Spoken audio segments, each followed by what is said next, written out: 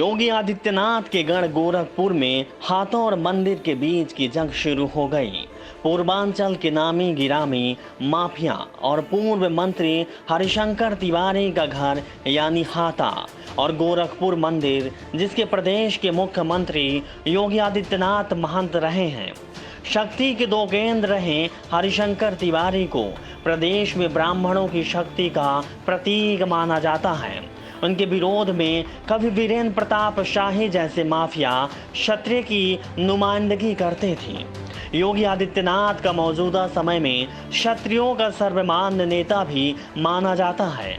वहीं तिवारी परिवार बहुजन समाज पार्टी की राजनीति कर रहा है। योगी आदित्यनाथ और हरिशंकर तिवारी के वर्चस्व की लड़ाई आज की नहीं है। मायावती ने गोरखपुर और उसके आसपास की सीटों को पूरी तरह से हरिशंकर तिवारी के हाथों सौंप रखा था। वहीं यूपी के सीएम योगी आदित्यनाथ भाजपा की सीटों का बंटवारा खुद तय किया करते थे, लेकिन इधर बीच पिछले कई सालों से परिवार हाशिए पर था। 22 अप्रैल को हाथा पर छापा पड़ने के बाद परिवार फिर से सुर्खियों में आता गया। हाथा में छापेमारी और 6 लोगों की गिरफ्तारी के बाद तिवारी परिवार आज गोरखपुर में प्रदर्शन करने को मजबूर है। कहा जाता है कि तिवारी परिवार का शक्ति प्रदर्शन हरिशंकर तिवारी के हाथे में छापे के बाद प्रदेश भर के सवर्णों के बीच जातिगत वर्चस्व की लड़ाई के तेज होने की इंगाम है।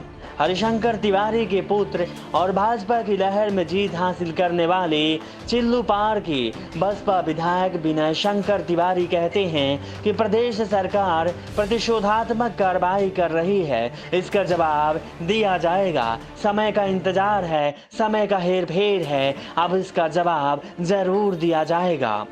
गोरखपुर के जटाशंकर मोहल्ले में हाथा गोरखपुर में राजनीति ताकत का एक बड़ा प्रतीक है। यहाँ पूर्व मंत्री हरिशंकर तिवारी अपने 2 पुत्रों कुशल तिवारी और विनय शंकर तिवारी के साथ रहते हैं। कुशल तिवारी खलीलाबाद सीट से 2 बार सांसद रह चुके हैं। विनय शंकर तिवारी पहली बार चिल्लूपार से विधायक चुने गए हैं। इस सीट से उनके पिता हरिशंकर तिवारी कई बार विधायक रहे। तिवारी 23 साल तक लगातार विधानसभा में सदस्य भी रहे हैं।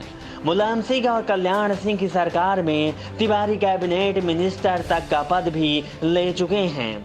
हरिशंकर तिवारी की हनक का अंदाजा इस बात से लगाया जा सकता है कि जिस समय दाऊद जैसा माफिया अपराध की दुनिया में कदम रखा था, उस समय हरिशंकर तिवारी और स्वर्गीय बीरेन शाही के बीच होने वाले गैंगवार की चर्चा अंतर्राष्ट्रीय मीडिया में होती थी। तिवारी का रसूख यूपी, बिहार और नेपाल तक फैला हुआ था। इस चुनाव में विनय शंकर तिवारी, जिनकी चमक और हनक दोनों बरकरार थी, क्योंकि वो बेटे भी तिवारी के ही थे। जी हाँ, मुलायम सिंह और कल्याण सिंह की सरकार में तिवारी कैबिनेट मंत्री थी और उनकी हनक लगातार बढ़ती जाती थी। इस चुनाव में विनय शंकर तिवारी बसपा से चुनाव लड़े, जबकि राजेश त्रिपाठी भाजपा से।